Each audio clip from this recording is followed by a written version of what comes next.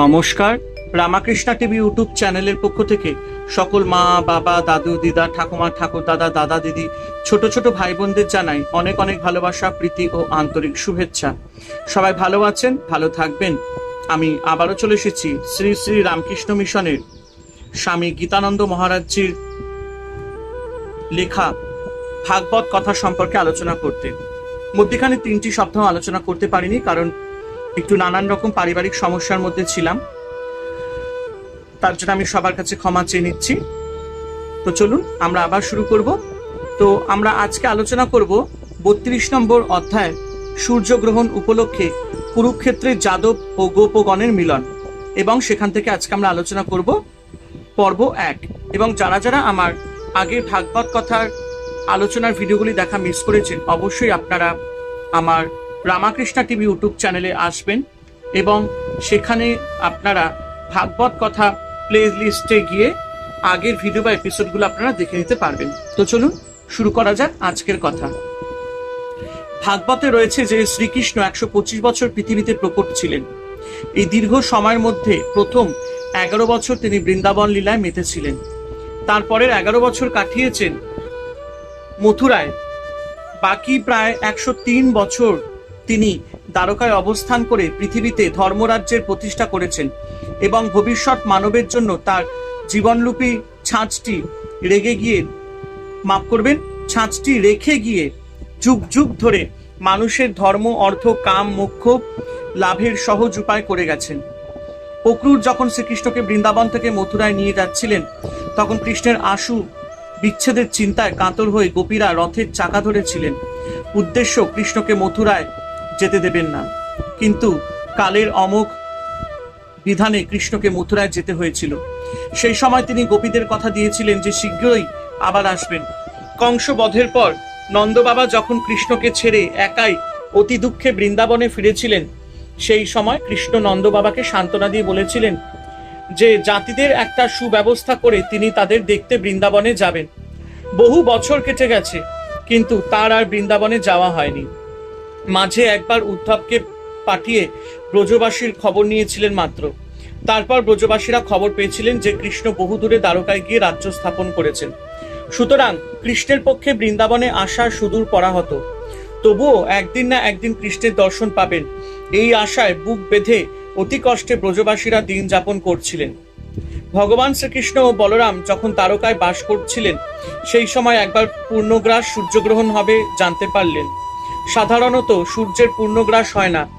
পূর্ণগ্রাস হলে দিনের বেলাতেই এমন অন্ধকার হয়ে যায় যে মনে হবে যেন কল্পাবসানে মহাপ্রলয়ের অন্ধকার পৃথিবীতে নেমে এসেছে। প্রচলিত আছে যে সূর্যগ্রহণের সময় মহাতীর্থ কুরুক্ষেত্র হ্রদে স্নান করলে মহাপুণ্য হয়। সেই জন্য ভারতের সমস্ত প্রদেশের পুণ্যার্থীরা এই উপলক্ষে দলে দলে কুরুক্ষেত্রে আসতে লাগলেন। কিছু সংখ্যক যাদবদের দ্বারকায় রাজ্যকার্যে নিযুক্ত রেখে বাকি সকলে নিজ নিজ পত্নীর সাথে পুণ্য লাভের আশায় কুরুক্ষেত্রে এসে উপস্থিত হলেন। তখনকার দিনে তো হোটেল, অতিথি ভবন প্রভৃতি কিছুই ছিল না। সুতরাং ওই দিগন্ত বিস্তৃত কুরুক্ষেত্র ময়দানে যে যেখানে পারলে সেখানে অবস্থান করতে লাগলেন। মহাভাগ্যবান যাদবেরা তখন সমাহিত চিত্তে কুরুক্ষেত্রের হৃদে স্নান করলেন এবং উপবাস করে ব্রাহ্মণদের বস্ত্র, মাল্য এবং স্বর্ণমালায় সজ্জিত গাভী সকল দান করলেন। কুরুক্ষেত্র তীর্থের সবাই এসেছেন পুণ্য লোভাতুর হয়ে, কিন্তু যাদবেরা এসেছেন অন্য উদ্দেশ্য নিয়ে। তাদের একমাত্র প্রার্থনা ভগবান শ্রীকৃষ্ণের প্রতি আমাদের ভক্তি হোক। যথারীতি স্নান, দান ও তীর্থাকৃতাদি শেষ করে যাদবেরা শ্রীকৃষ্ণের অনুমতি নিয়ে নিজেরাও ভোজন করে গাছের তলায় বসে বিশ্রাম করতে লাগলেন। এই মহাতীর্থে সূর্যগ্রহণ উপলক্ষে যাদবদের আত্মীয় স্বজন, বন্ধু বান্ধব প্রভৃতি বহু দূর দূর দেশ থেকে পুণ্য লাভের আশায় এসেছেন। কেউ তো কাউকে জানিয়ে আসেননি, তাই তীর্থের কাজ শেষ করে অনেকে ঘুরতে বেরিয়েছেন। যদি কোনো আত্মীয় স্বজন এবং পরিচিত জনের সাথে হঠাৎ দেখা হয়ে যায়।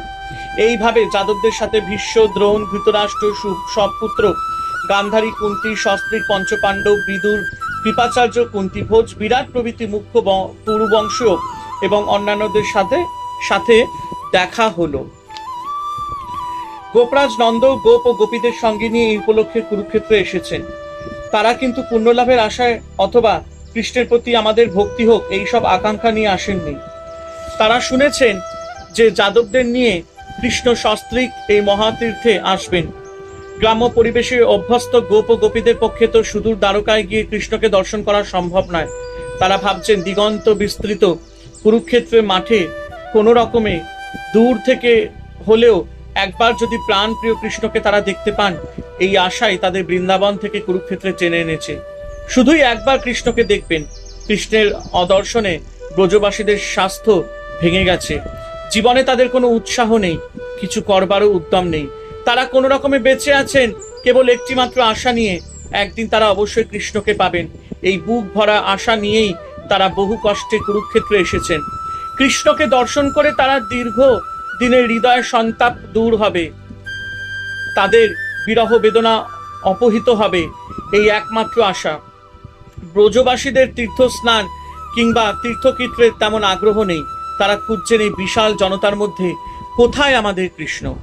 হঠাৎ নন্দরাজ দেখলেন একটু দূরে যাদবগণ পরিবৃত হয়ে উগ্রসেন, বসুদেব, বলরাম, কৃষ্ণ প্রভৃতি অন্যান্য রাজাদের সাথে শুভেচ্ছা জ্ঞাপন এবং আলাপাতি করছেন।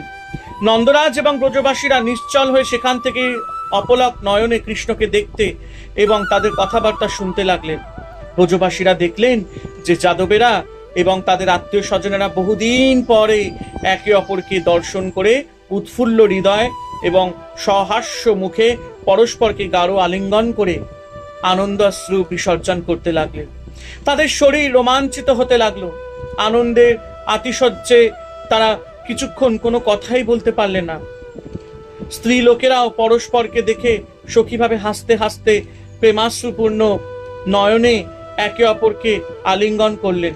তখন যাদব এবং কুরুবংশীয়রা বৃদ্ধের প্রণাম এবং ছোটদের অভিবাদন গ্রহণ করে পরস্পর কুশল জিজ্ঞাসা করলেন এবং শ্রীকৃষ্ণের লীলা কথা বলতে লাগলেন।